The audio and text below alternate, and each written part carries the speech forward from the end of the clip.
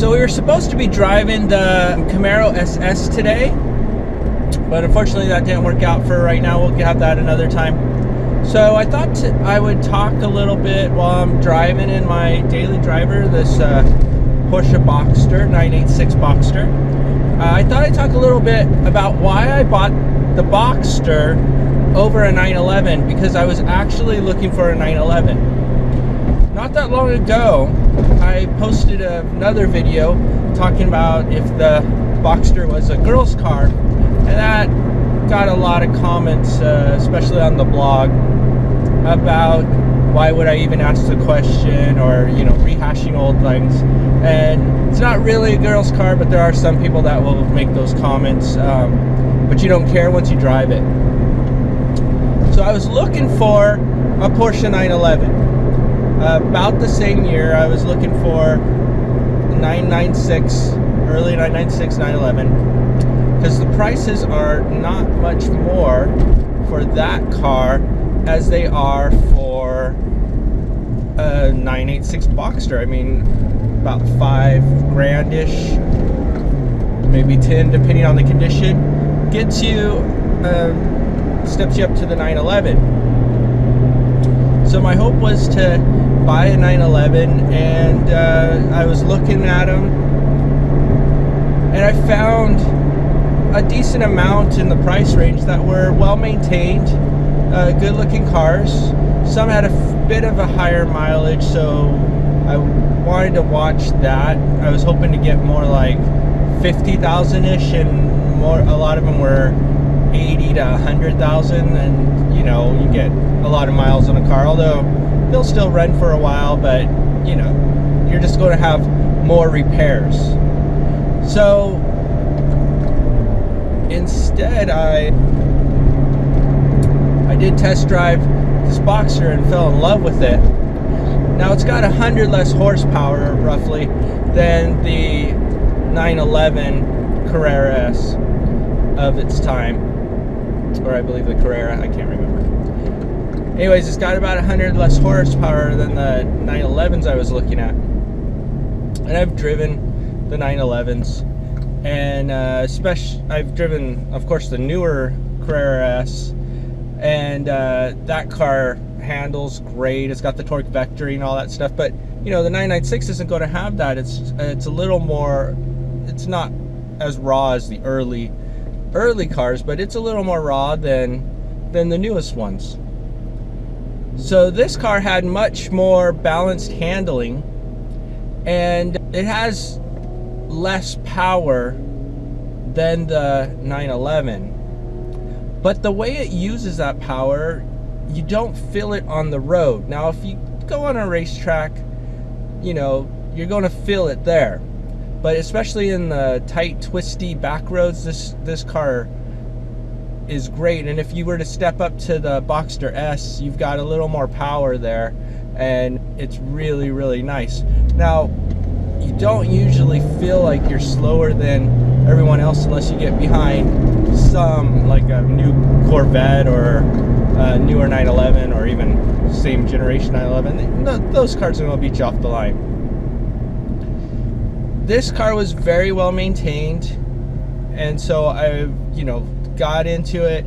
The interior is very similar to the 996 of the time. There are a few different things. The amount of gauges is different, and just little bits of trim that are usually optioned up a little more by the 911, but overall it's essentially the same interior. And so it's just a pleasant place to be, or at least as pleasant as the 911 of the time. Part of it is ego, right? Because Jeremy Clarkson probably said it the best that I've heard. This is what a lot of people think if you get a Boxster. Your life didn't turn out quite as well as you thought it would. In other words, you bought the cheaper car. Now, yes, Boxsters are cheaper than a 911, but I don't think they're any worse. They're just different. They're more about the balance and the handling than the power, where the 911's got a bit more power, and over the years has become closer to a GT car, where the Boxster is still more of a pure sports car. And with the convertible top, I mean, you can get a 911 Cabriolet, but all the Boxsters are going to have the convertible top, and it's kind of nice to have when it's a sunny day. One thing I wish I had in the Boxster every now and then is a back seat. Now, 911s, you can get the back seat, and it's pretty cramped, but you can. I have fairly small children, and so they could sit there. There was an accident in my wife's car, and so if we had the 911, we wouldn't have to bother with all the hassle of getting a rental or whatever. I could have just driven the 911. But outside of that, the Boxster is great for daily driving. It feels spirited. You get plenty of comments from people saying, oh, nice car, and you're happy. And then there was the real factor that led me out of buying the 911, and that was simply, I lived on the coast at the time in a place where a lot of people retire. So finding a 996 911 that did not have the Tiptronic transmission became very difficult. In fact, I couldn't find one. And I only wanted it if I could get the manual. I did not want the Tiptronic. If I had been looking for later, I might have considered the PDK, but I preferred the manual transmission for just a more pure driving experience. And also, the manual, as opposed to the Tiptronic, is considerably faster. So, in doing so, I found this Boxster, which has the nice 5-speed. Would have been nice to get a 6-speed with the Boxster S, but it's got a really nice 5-speed transmission, and just really makes you feel like you're driving a very fun car. The experience of driving this car is great. You just have a good time every time you can step on it a little bit, take corners. Yes, you're not going to beat everybody off the line, and that's not what this is about. It's more about its balance and handling. Perfect for autocrossing, things of that nature. So yeah, that's why I bought a Boxster of a 911. It mainly came down to the transmission. There are all kinds of other things to consider if you're considering buying one or the other, but I bought mine because I couldn't find a manual transmission, and I really wanted a manual transmission Porsche, and the 911s that I was looking at just could not find one that had that. So I'm really happy with my Boxster, and I have no intention of selling it. Now, if I ever had, a big 996, figured out how to put a big 996 GT3 engine in there, change the transmission, upgrade all the brakes parts, probably cost like $50,000. But if I did that, yeah, I would. I'd make it super fast. But it doesn't need to be super fast. That's more about, hey, look what I did, That's not really what you have to need. The car it doesn't leave you wanting more. And for less money, the 996 911 is a very good deal right now. But the 986 costs less,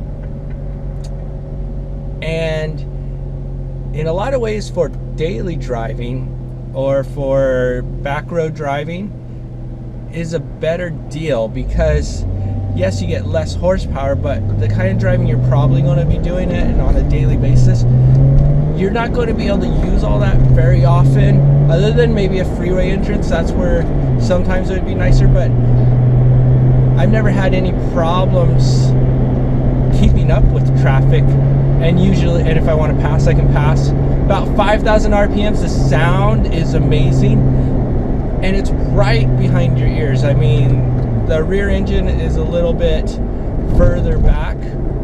Now that's not to say that a new 911 or any 911 is great. It's the pinnacle. It's what you think of when you think of Porsche. I'm just saying that doesn't make the Boxster any worse. And if you want to go between the two, get a Cayman. But you can't get a 986 Cayman because they didn't come out till the 987, so they cost a bit more. That's why I picked the Boxster, and that mainly, like I said, comes down to the transmission. I really wanted a manual transmission, and I'd probably have a 911 today if I had found one with a manual transmission. And you know what? I'd be missing out on this great car, because this is just a fun machine to drive. Will I get a 911 one day? I probably will, and hopefully I'll have the room to keep the Boxster and also have the 911. So, because they're different machines. Sometimes you'd want to drive one and sometimes you want to drive another. But either choice, you can't go wrong with either choice. They're just going to be fun cars to drive.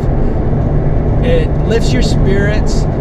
Even when I'm stuck in traffic, outside of getting your leg tired from the clutch sometimes, I'm not unhappy. I'm in the car. This is a fun car to be, and it makes getting to your destination. I know a lot of people just say, oh, a car's just about getting from point A to point B. But when you have a car like this, it makes getting to your destination a whole lot more fun. So if you're in the market, look at the 996 and the 986 and see whether you like the 911 or the Boxster. So a lot of people are going to find the Boxster is a little bit closer to, say, the early 60s European sports roadsters. You know, it's going to be a little bit more it's more balanced, it's lighter, it's less power, but it's a lighter machine, a little bit smaller feeling, although the front is essentially the same as, front end is about the same as the early 996. Drive them both and see which one you like. I think that you're going to like either one. And the 911, if you're all about power, you don't want the 911, but if you can take them on the twisty roads, you might change your mind and decide, hey, the Boxster is not a bad machine. And if you got the cash, buy both, and that way you can have best of both worlds. That's what eventually I hope to do, is have both.